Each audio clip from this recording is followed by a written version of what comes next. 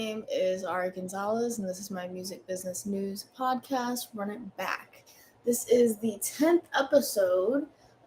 We're covering from the 20th to the 26th, and I'm not going to mince my words. I'm just going to get right into it. We're going to start with some new music.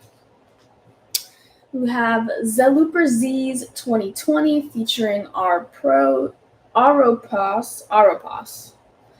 We have Mariah the Scientist with Spread Thin, Red Veil with Diving Board, Tana Leon with Lucky, Jax with Autumn, Doechii with Persuasive. Just a little tidbit, I heavily fuck with Doechii. I'm very excited to see what she continues to do with her career and the music she has out. She's so versatile. But something that I can really appreciate is that versatility that is like top caliber with each genre and with each thing that she does. Like, that's very hard to be a jack of all trades, and every single thing that you put out is a hit at that. Like, I definitely, if you haven't checked her out already, go check Doechii out. We have Orion Sun with Pressure, Mahalia with Whatever Simon Says, Princess Nokia with No Effort, Lakey Lay 47 with LL Cool J, and Snoop Dogg and Joe Flizzo recently released a new single along with a video called Pioneers. With that being said, I'm going to move on to the My Like section. So just some stuff that I enjoyed reading about that I wanted to put in for this episode. Nicki Minaj claims that younger women in the music industry have, quote, never experienced hate the way I have. This came out during a live that she had with Coi Leray. And I put this in because I think it's an interesting thing.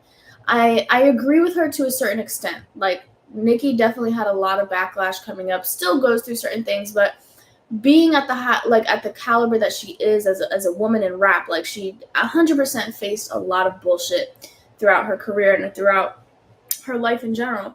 But for her to be saying that specifically, like talking to Coi Leray, it just interested me because Coi has not had a break from backlash from her entire career, whether it's about her sound, her body, her relationship statuses, any of those things. Like, people definitely pick her apart. So I thought it was interesting coming from Nicki to Coi, but Coi, she received it very well. She didn't feel any type of way about it. But I definitely did just think that was an interesting little tidbit there. We have Ohio University's 4th Annual Music Industry Summit returning as an in-person event April 5th through the 6th in Athens. There's also a virtual attendance option if you're interested in that. As per usual, all of the stuff that I'm talking about, there's links to larger stories in them in my Instagram bio where you can find out more information and things like that. So for this specifically, if you're interested in either going to Ohio or attending the conference via, Zoom or however they're live streaming it, go find that link and do more research. We have the 45-year-old rapper. This is about Daddy Yankee. My bad. He spent 3 decades, in the music industry and racked up global hits such as Despacito, Con Alma, and plans to release a final album before he retires called Legend Daddy. On Thursday, it should be released, and he'll be embarking on a North and South American tour in August. And that's it. That's it for Daddy Yankee. He's out of the game after this all happens. Thornton professor Andrew Leff brought up an idea of creating an academic journal dedicated to the music industry to his students in business and legal aspects of the music industry, one of his classes, as well as ethics in the music industry. His students enthusiastically took on the idea, and it launched an initiative in spring of 2021 where him and his students have released the first issue of the official USC Journal of the music industry. This came out on January 30th, just now seeing some press about it. So now is like the time for a lot of industry research and analyzations and reports and stuff like that to be coming out. So this is just another one to add to the list. Spotify just put theirs out. There's been several done by the RIAA and other various companies who do data collection and things like that. these are important things to keep up on just because they tell you where the industry is moving. And they give great projections for the next couple of years, but they come out just about every year. Depending on what company you work for, they will be provided for you. If not, you'll be able to research and find them online. Some of them are PDFs. Some of them you will have to pay for, but you can always get sample reports from wherever you find information about them being published. Moving on, the City of Toronto and Music Counts, which is a music education charity associated with the Canadian Academy of Recording Arts and Sciences. They're also partnered with Juno Awards. So all of these companies, along with the City of the City of Toronto itself, have announced the launch of a new new program for learning resources for young aspiring music industry professionals. This will be called Music Counts Learn Track Industry Insights, which will be a series of free videos that provide emerging artists and music industry professionals with key information about how to get started in the music industry. This will be launching May 9th through the 15th. So once again, if that's something that you're interested in, being a part of this program or being able to have access to those free videos, once again, go to the link in my bio. You'll be able to find a link, about that news story and do some more research. We have Wasserman Music and the Black Music Action Coalition teaming up for a music accelerator program at the HBCU Tennessee State University, or TSU. The program is in partnership with the college's commercial music program, with essential local collaboration and contributions by Nashville Music Equity and the RIAA. The Music Accelerator program is a 3-week educational program, and it will take place during TSU's May semester, which is a mini semester that runs from only May 9th to the 26th. The program will include a class of approximately 20 TSU students with an intensive curriculum on various disciplines across the music business, from songwriting, copyright and publishing, labels, marketing, touring, publicity, and beyond. So pretty cool. That's my dryer. I don't know if you guys heard that, but pretty cool. I always enjoy hearing about, educational programs and stuff like that, regardless of what it is, as long as it's in the music industry and it's being built to kind of just help young people rise up and understand what they're doing in the industry so that they can, have viable careers in it. I love it. So any TSU folks out there who don't know, definitely hop on that train. If that's something that would make you want to go to TSU, I don't know, do some more research and figure it out. But I thought it was pretty cool, so that is why I put it in there. We're going to move on to some artist accomplishments now. A tweet came out by the RIAA talking about how Rihanna is officially the RIAA top certified female for singles, having 151.5 million RIAA Song Awards. If you don't know, the RIAA stands for Recording Industry Association of America. Those are the people who give out plaques. Those are the people who track streaming and sales numbers, just in case you did not know. We have Lil Durk's 7220 debuting at number 1. Awesome stuff. Not surprising for him, though. He's definitely very hot right now. We have Trippie Redd claiming in the beginning of March that he has signed a massive $30 million record deal with 10K Projects, and it has officially been confirmed. 10K Project is the label that Trippie Redd has repped since the very start of his career, and Elliot Grange, the head of the company, confirmed the earlier statement very recently, saying that something like this has been in the works for a long time, and it was really just only a matter of solidification, essentially. We've got singer-songwriter Mooney Long entering a partnership with Def Jam Records through her imprint, Supergiant Records. Her new deal follows the success of her single Hours and Hours, which has garnered more than 150 million streams to date. She joins a roster that includes Jhené Aiko, Jeremiah, Cash Page, and many more amazing R&B artists. So I loved to see that happened. Mooney Long has been in the industry for a very long time, writing music for other people. You've probably heard her music before, you just didn't know it was her. And very recently, she was like very transparent about the fact that like she just wanted to step into her own career now, utilize her talents for her own brand and all that kind of stuff. And it popped off as soon as she did it. And TikTok was a huge vehicle in making that happen. We're going to talk a little bit more about TikTok being a vehicle a little bit later. But it's been super awesome to see her just blow the fuck up, because she's amazing. She's a great performer, extremely talented singer, and she writes all of her shit. So if you haven't heard Hours and Hours or checked out Mooney Long, I definitely recommend that you make your way over there very, very soon. We have a couple things to talk about in live music. Summer 2022 marks the beginning of the next era of the musical summer season. This is a statement made by Emily Avis, who is a co-organizer of the Glastonbury Festival, which is returning in June for the very first time since 2019, alongside headliners like McCartney, Kendrick Lamar, Billie Eilish. The festival has announced that more than 80 names so far, including Olivia Rodrigo and Diana Ross. So this is gonna be like a crazy lineup of people over in Glastonbury. This is not in the United States, just an FYI.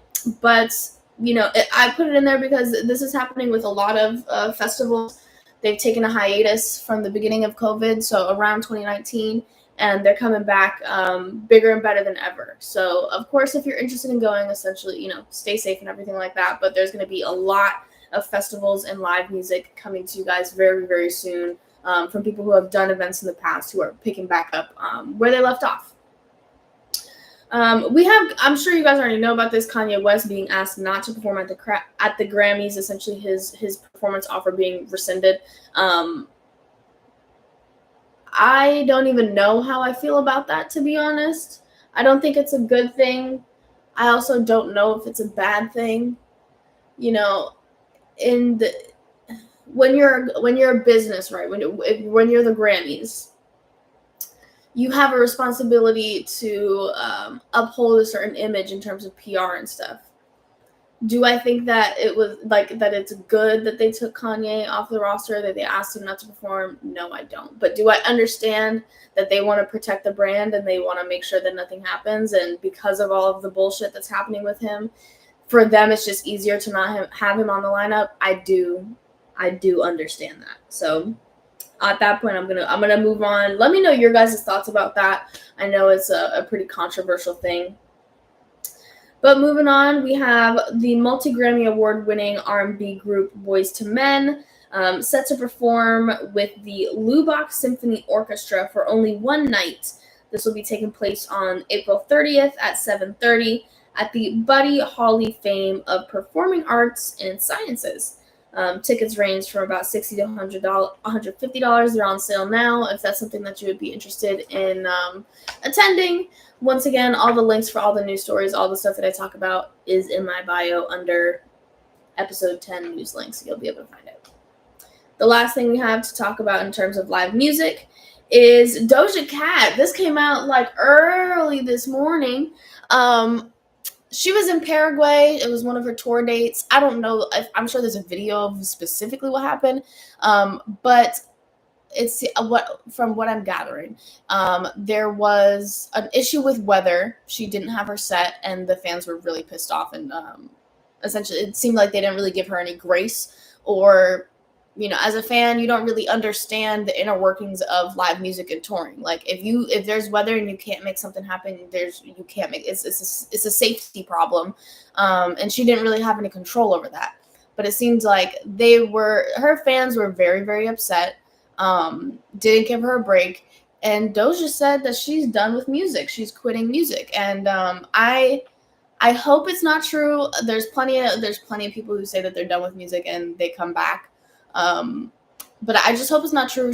In my opinion, she's one of the best performers of our generation.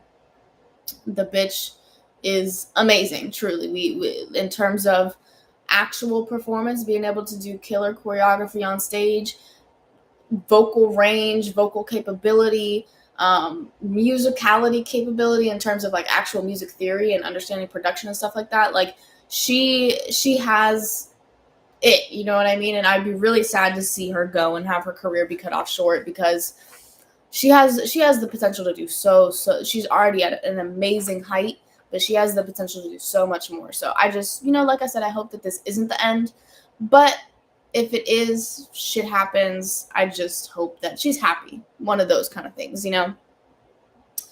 Next, we have some music industry updates. This is always the longest section of the podcast, so let's get straight into it. We have Bored Ape number 5537 being the latest addition to Kingship, which is UMG's metaverse virtual band made out of NFTs and avatars. It's under a music label, a virtual music label within UMG.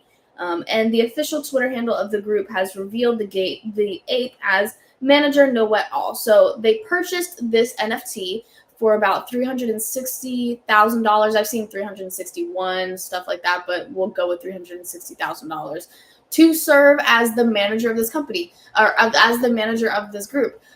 Who will actually be behind this NFT? Like actually doing the fucking work. I don't know. Are they going to create an AI person of this ape in order to actually manage this? I don't know. There's a lot going on in the music industry in terms of Web3, and there's definitely a trajectory of where we're going. Like metaverse is no question about it. But there's definitely like certain things like this in terms of like, okay, you put this NFT as the manager, but who is actually doing what kind of thing? Because who knows? But I'm sure that we will find out, and that there will be, more developments in this. Next, we have Kook Music Holding, leading a classical music consumption and learning service platform in China. Today, they announced the appointment of Elijah Chen as the artist advisor of the group, and its new NFT platform, Colo, which is responsible for the overall content planning and layout. The music industry has welcomed proposed copyright reforms in the U.S. that would basically increase the obligations for safe harbor dwelling digital platforms, mainly by empowering the country's copyright office to identify and approve standardized technical measures that platforms would utilize in order to stop the distribution of unlicensed copyrighted content. The proposals are contained in the Smart Copyright Act, or the Strengthening Measures to Advance Rights and Technologies Copyright Act, if you prefer, which has been put together by Senators Tom Tillis and Patrick Lee, both members of the Senate IP Committee. The two Congress members state in a document outlining their proposals, online service providers have struck a deal with Congress 20 years ago. They wouldn't have to pay for copyright theft by their systems if they worked with copyright owners to create effective, standardized technical measures to identify and protect against the distribution of stolen content. So, intellectual property and copyright has gone through a lot of changes in the last couple of years with the increasing of the digital world, right? It can be extremely difficult to hammer down on copyright infringement, intellectual property, stuff like that. Just because there's more content online than there is people in the world. So if you think about that, and you think about how hard it is to sift through all of that, and make sure everyone is doing what they're supposed to or on their P's and Q's, it's very difficult. So very recently, the SMART Act came out and is doing some things with copyright that specifically have to do with the digitization of the industry. So to give like some examples, a little bit more insight, Facebook and Vimeo, they are two companies that hold their users accountable for copyright infringement, meaning that they claim that they have no responsibility over what their users do. If they use a copyrighted song or something like that, it falls all onto the user. That's very difficult to track. Things like YouTube, that's the best example. They have a system in place where they do copyright checks, and they send out alerts and messages, and they get in contact with the copyright holders, and they facilitate what's happening to make sure that everyone walks away doing what they're supposed to or being compensated the way that they're supposed to. And essentially what the SMART Act is doing is helping standardize practices like that. Just making sure that companies are on their P's and Q's, allowing their users to be on their P's and Q's, and make sure that no money is left behind, everybody is compensated, everybody is happy. Am I like happy that this is happening? I could totally get into my thoughts on intellectual property and copyright at a later date. But I do think that the SMART Act is pretty smart in terms of making sure everything is standardized, and things can move forward the way that they should, and so that artists can get paid for their work. Because like I said, it's been very difficult and tumultuous with the digitization of music and media and all this stuff. It's hard to track. So it's good that things are becoming standardized. Moving on, veteran music industry and radio promotion executive John Boulos has launched his new firm, J. Boulos Music. The new company will take advantage of Boulos's 4 decades worth of experience within the industry. They aim to develop and break new artists and mentor young executives in the business. The company will also encompass 3 different missions: artist development, mentorship, and strategic promotion campaigns. This is another one of those things. If that's something that you're interested in, do more research on this person, on the company, figure out who you can talk to, and make those emails, make those calls, see how you can get in where you fit in, kind of thing. Free music streaming paid the music industry $4.6 billion in 2021. That's a lot of money. This is the kind of information that's been coming out with those reports that I've been talking about. If you don't know what a free streaming service is, think Pandora, think digital radio station. Those are what's called passive streaming. The royalties work a little bit different, but with that said, the free streaming services, passive streaming services have paid about almost $5 billion this year to the music industry, meaning labels and copyright holders. Streaming drives 2021 recorded music sales to $26 billion in 2021. Another one of those things coming out just with the reports that have been coming out about the industry in general. And we have Tencent Music now having 76.2 million paying online music users. So if you don't know what Tencent is, that is essentially the biggest company in China that distributes music. I mentioned this and I put it in there because it is one of, if not the fastest music listening markets to grow in recent years. If you do not distribute through Tencent, if you have DistroKid, really any aggregator, you should have the option to distribute through Tencent. But if you're not, I definitely recommend you doing that. It's a huge audience that is good to capture. So there's a lot of people in the country. There's a lot of people who are utilizing Tencent because they have a bit of a monopoly over the industry over there. But yeah, check them out. See if that's a capability that you can do when you're distributing your music.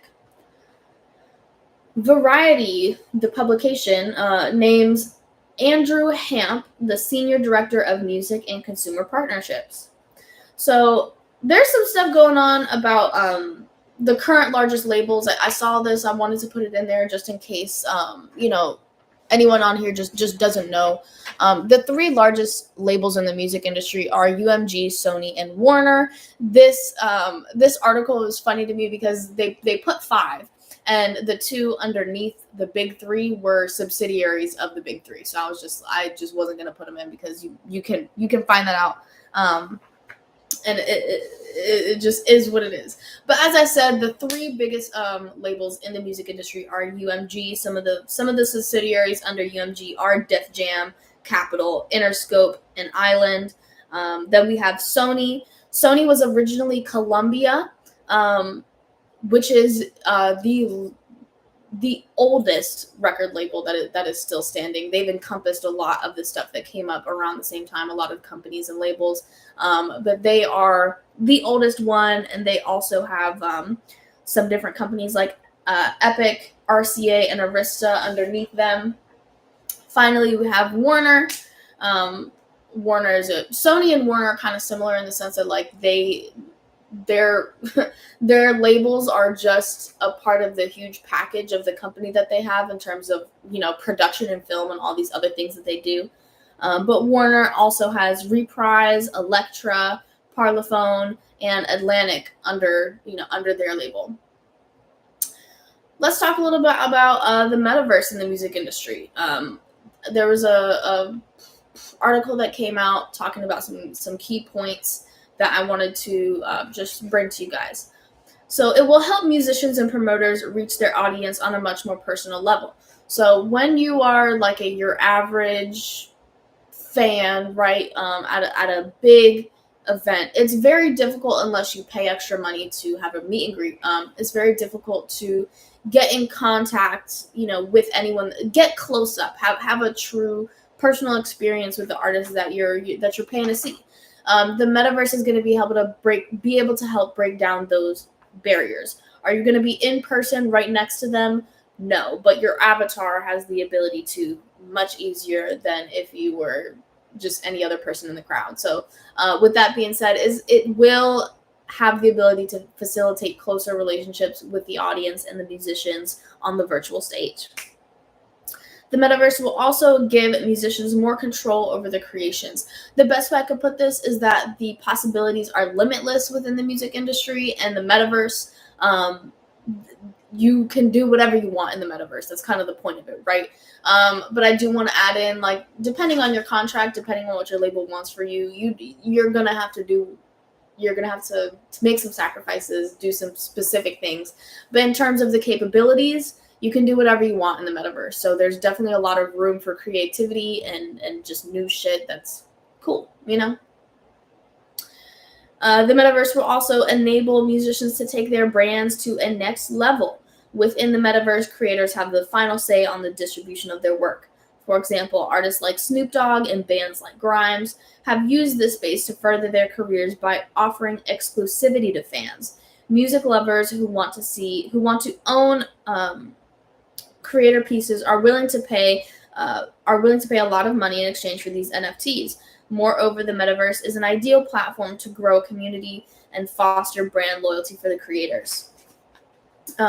Just going back to the fact that the possibilities are endless. There's a lot of barriers that get broken down that, within the physical and within entry, right? But it's also cool to touch on the exclusivity part. There's also, a lot of opportunity to build your fan club in the metaverse, where you have a literal plot of land where your fans can come through and listen to your music, and you have a little shop up there. Like, there's so many possibilities of what you can do in the metaverse. So definitely, if you're not already learning about it, or it's not something that you're already interested in, like, I understand, but it's one of those things, you have to do it, right? If you want to succeed in the music industry, you have to work with it in some way, and this is the direction that it is going. All right. Lastly, talking about the metaverse and what it does for the music industry, it allows fans to have one-on-one interactions with their favorite musicians. So just going back to that kind of like barrier for entry, the ability to get close, physical barriers, all that kind of stuff is lifted within the metaverse. So it's much more possible for fans to personally connect through their avatars and through their screens. So take that into consideration, and just when you're watching your favorite artists who are signed to labels and who have a lot of resources, just pay attention of what direction that they're moving in and how they're utilizing these resources. So moving on, the Middle East and North Africa is becoming the new powerhouse within the music industry. According to the Global Music Report for 2022 by the International Federation of the Phonographic Industry, MENA experienced a 35% growth in music industry revenues for 2021, establishing it as the world's fastest growing territory of that year. Coming second was the Latin American market, which recorded a 32.2% climb, followed by the US and Canada, along with Europe and Asia, who all recorded increases in revenues in their respective markets. So just once again, kind of how I was talking about Tencent in China, just being cognizant of where growth is happening in the industry, and if you feel like it works and you feel like you can garner an audience there, beginning to market to those folks. Moving on, Spotify paid $7 billion in royalties to rights holders, primarily labels and publishers, but also performers, performing rights organizations, along with distributors, and this is all in 2021. The company announced this on the annual Loud and Clear report. So we're going to talk about that coming up next. This is just one of the many reports that is coming out in the first quarter of this year that's all about last year. And this report, I gotta say it has actually changed my mind heavily about Spotify. If you've watched this podcast before, I talk a lot of shit about Spotify. But this report shut me up. And I can confidently say that. I want to touch on the fact that most of the money was paid to labels and publishers, meaning most of the money was paid to the masters holders and the publishing holders. So as an artist, as an independent artist, that's all your money, right? You own your masters and you own your publishing if you're an independent artist who does not work with a publishing company. When you're signed to a major label, all of that comes in one package.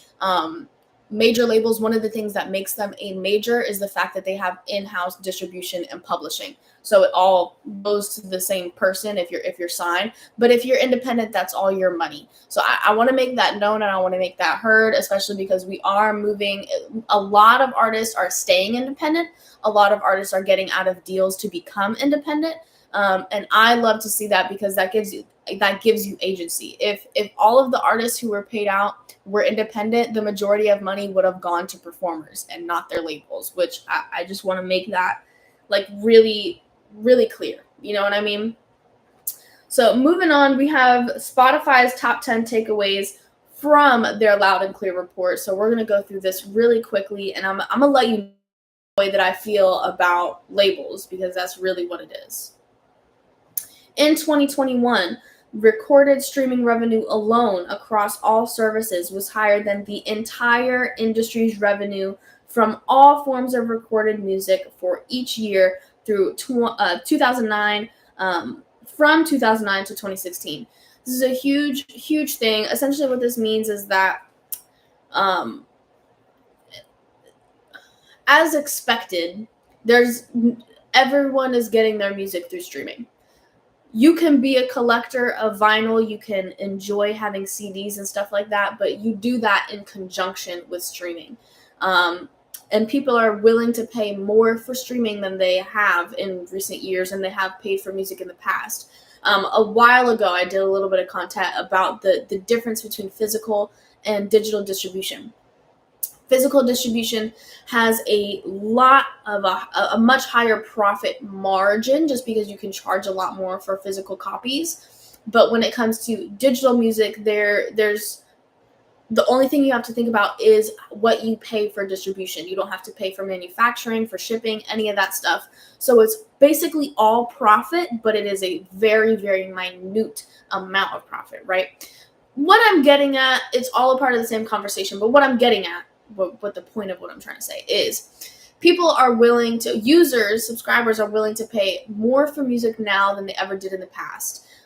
People would buy maybe like 3 or 4 CDs a year when at the height of CDs, unless you were a collector and your music had but the average person paid for about 3 to 4 CDs a year, which amounts to probably $60, something like that. Nowadays, people are paying $10 per month to have unlimited access to as much music as they want. So that's $120 per year compared to $50 to $60 per year. So you can kind of see where that jump comes in the industry and why streaming is generating so much money because of that simple fact, and then of the fact that like that's just how people listen to music now. So yeah, that's that. I'm going to move on to the second point. Over 1,000 artists generated $1 million through Spotify alone. Very cool stuff. I wish it was more than 1,000, but we'll get into some more numbers like that very soon. Actually, right now. More artists are hitting specific milestones across all revenue levels, from simply $1,000 to $5 million, and the numbers are accelerating fast. The number of artists who achieved some of these milestones has doubled since 2017. And when taking into account earnings from other streaming services and recorded revenue streams, these artists are likely to be generating 4 times the amount they're making through streaming on their recorded music overall. For the first time this year, a diverse group of more than 500,000 artists across different countries, genres, and career stages have generated $10,000 from Spotify in the past year, and likely over $40,000 across all recorded revenue sources. So that makes you a middle class musician. $40,000 is a low salary, but it's enough to live off of. But you can support yourself off of $40,000, and it's really amazing to have this number in front of me, because I've been shitting on Spotify for so long. But I can really see that as the company develops more, and as people stay independent. That's the biggest thing for me. As people remain independent and keep all of their cheese, there's so much opportunity to make money and to grow in this industry. And support yourself. That's the biggest things for me. To support yourself. That's it, man. Over the past year, almost all of Spotify's music partners have reported a record profit for growth for their artists. The 3 major labels, who I went over a little bit ago, jointly brought in over $25 billion in revenue last year, with $12.5 billion of that coming from streaming recorded revenue alone. Spotify payments represent around a third of that streaming total. Songwriters and producers, through their publishing rights holders, are generating a record revenues driven by streaming services. Publishing rights holders are earning about $3.5 billion from streaming overall in 2020, a sum that is more than the publishing revenue from CDs and downloads any year in the 21st century so far, even during the peak of the CD era. So just going back to how much people are willing to spend and how much they are spending now compared to, the peak of CDs, it's a different playing field. People are spending a lot more money, and there's just a lot of changes within digitization and technology. So once again, very cool. This report specifically, like I said, has just changed the way that I feel about Spotify, and just have shifted my hatred and my fuck you over to the labels, which was already there, so it just intensifies it. On that note, I'm gonna move on. Many artists use distributors, which is the wrong word, and I'm mad at Spotify for saying this. They use aggregators like DistroKid, TuneCore, CD Baby, and many, many others to self-release their music on Spotify. And more than ever before, it has paid off. Nearly a third, or 28% of artists who reached that $10,000 mark that we talked about a little bit before, released their music through an aggregator in 2021. These 15,150 artists represent a 171 increase since 2017. So this is what I talk about when I say stay independent. Figure out what the fuck you need to do. Get your business right. Get your marketing right so you can take off and you don't have to have anybody holding you back from your money, bro. We are really in a crux and in a change in the music industry of you don't need a label. You don't need one, and having one can actually extremely hold you back from all the money that you have the ability to make. So just to hammer it in, bro, learn about the music industry, learn about marketing, perfect your craft, and take off. Do what you need, what you know that you need to do so that you can grow, you can get that audience, and you can support yourself. Like I said, that's the end of the day. For me, that's what it's about. You can support yourself off of your passion. Moving on, we have streaming lowering the barriers into the music industry at an accelerated path. Let's get to the numbers. Over 10% of artists, about 5,300, who generated more than $10,000 on Spotify in 2021, released their first songs ever in that year. I want to touch on this real quick because this is a little bit of my expertise, What that tells me, they had a good team behind them and they did it the right way the first time. And there's no better outcome for an artist than to do shit right the first time. I wish I had the exact names and numbers of who did that, because you deserve props, bro. Something I say a lot is like, you can release music, that's cool, release music all you want. I'm never gonna hate on an artist who just wants to get their stuff out there, but please do it the right way. Have an actual rollout and an actual marketing plan. Make sure you're sending out those press releases. You don't even have to have a PR person or publicity, but make sure that you have a plan on your end and on your team of what you're doing for that kind of stuff. Make sure that your business is in check. Make sure that you are doing all of these things before you release, so that you can do it the right way, as I said. If you are interested in learning about any more of that, DM me specifically. Head over to WTF MVMT on Instagram, or WTFH2. That's a lot of the work that we're doing over there, and a lot of the work that I do myself. So with that being said, I am going to move on. In 2021, Spotify launched in more than 80 markets, introducing these artists to new fans in places all over the world.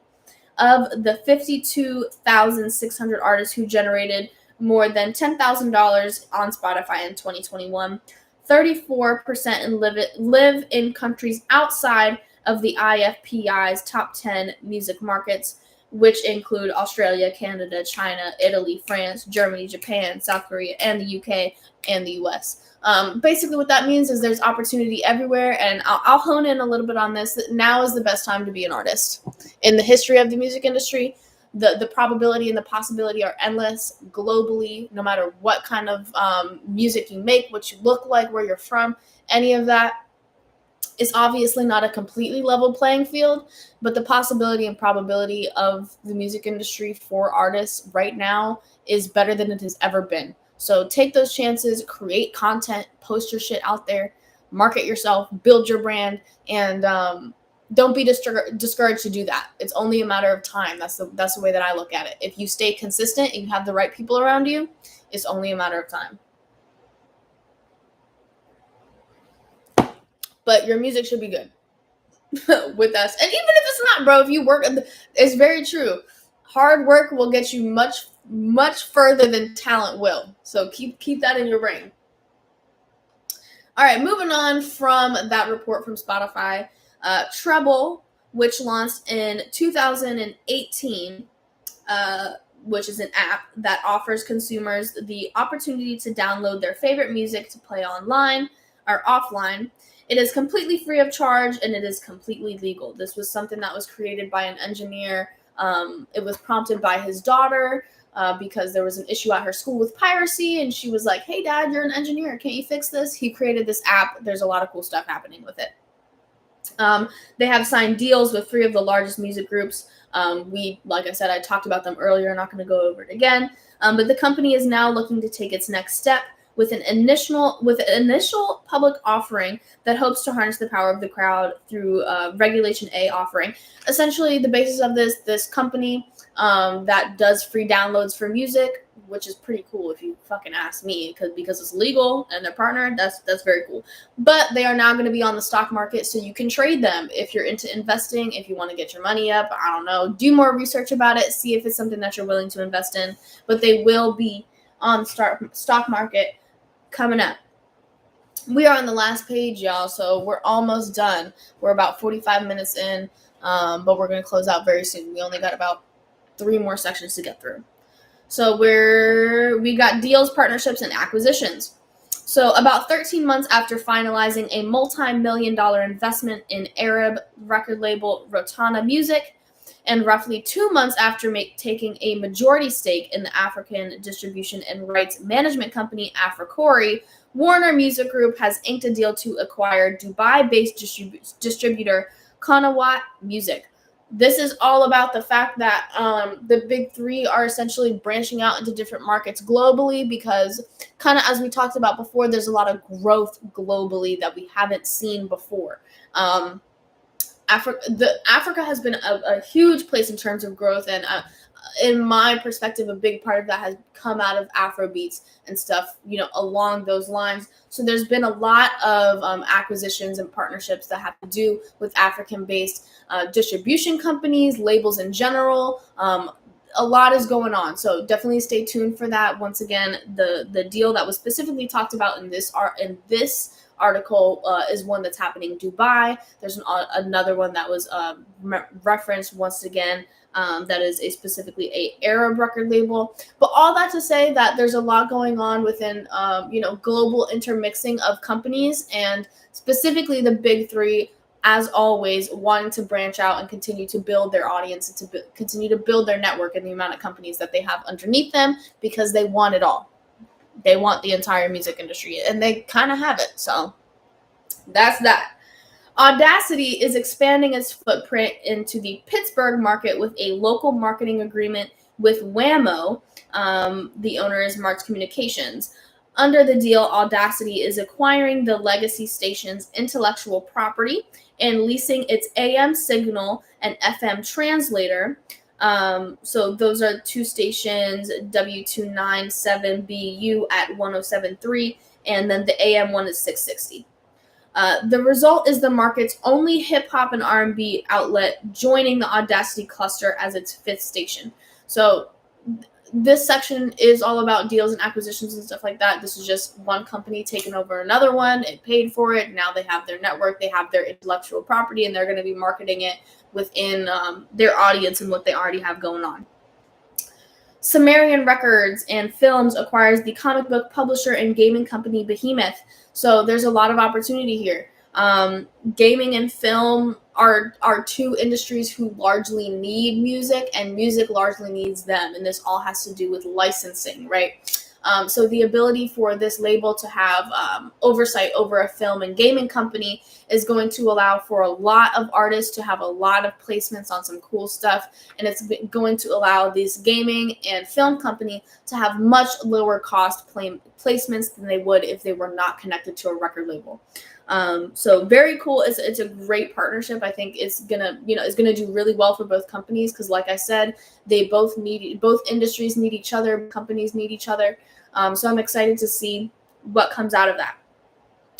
We have up-and-coming duo Zaxby Twins landing a record deal thanks to TikTok stardom. So this is what I was talking about when I was talking about Mooney. I said we would get into this again regarding TikTok and the vehicle that it is for independent artists specifically. Don't underestimate the power of this. Please don't. It's the largest social media application in the world right now. It is the number one way that young people get their music and find out about music, whether it's old, new, upcoming. So if it's not something that you're already tapped into, if it's not something that you don't have a plan for, please get on it, because it's doing so much for so many. And I hate when people fuck themselves up and don't take those opportunities for themselves, and they just watch people do it because they, for whatever fucking reason. Stay consistent, build your marketing up on it, and just utilize this resource that can actually really do something for you, is the basis of what I'm saying. Finally, talking about deals, partnerships, and acquisitions, Universal Music Group's In Grooves has officially inked a global distribution deal with Run It Up Records, which bills itself as the Gen Z leader in the music industry. The distributor and 5-year-old label just recently unveiled their pact and is corresponding a release focusing largely on the streaming success of Run It Up's artists. That's that. So next, I have some viewer opportunities for you guys. Once again, all of these are linked in my bio under episode 10 news links. But these are some jobs that I found for you guys.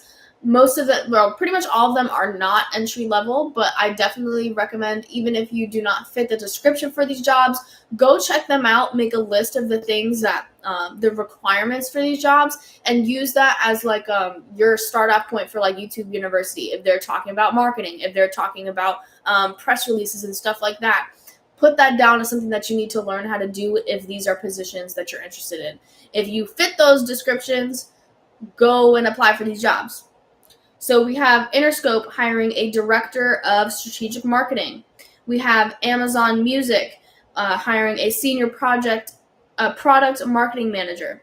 We have creative artist agency, hiring a music touring assistant. That is probably the biggest one that I would shout out to you guys, because it is more of an entry-level position that if you have any administrative experience or anything like that, that is something I would definitely apply to. We have Co-Lo Recordings. They are hiring a music manager. And then we have Insomniac hiring a junior talent buyer. So once again, if these are anything that you personally are interested in, if you want to work, if you want to work on the business side of the industry, more behind the scenes, once again, if you go to the link in my bio, you'll be able to find the actual job listings for these, read through the requirements and what you should do, and good luck to you if you decide to. So we are coming up on the very end. If you're new here, I talk about the deaths in the industry for this past week because I feel as though I should pay my respects. These are the people who paved the way for us. And I think it's important to just, respect that, know your history kind of thing. And yeah. So 2 people we're going to be talking about today. We have Taylor Hawkins, who was the Foo Fighters drummer. This came as a big surprise to me. Very, very unfortunate. And, as per usual, I hope that Foo Fighters in general, that band can come together and show each other love right now, because, that's family. That's family. And that's really hard to go through when you're, artistic family, so somebody passes. And yeah, just to offer my condolences. And it was very surprising to me when I found this out. Next, we have Karen Moon. This is a talent advocate and branding prodigy. She created successful marketing strategies for folks like Michael Jackson, Sade, Alexander O'Neal, Mary J. Blige, En Vogue, Gerald Levert, the Fugees, and Busta Rhymes. So someone who's done a lot for a lot of people in this industry. Marketing and branding that's business. And this is a music business, so this woman did a lot for a lot of careers and recently passed. So once again, offer my condolences, and I hope that you guys can do some more research on her, so you can find out more about the work that she did specifically. And yeah, on that note, that is the end of the podcast today. It will, as per usual, be hosted on my Instagram live. Oh, you guys are getting my toes, and that's not cute. But yeah, thank you guys for watching. I'm going to close out on the YouTube before I close out on you guys. But yeah, bye YouTube.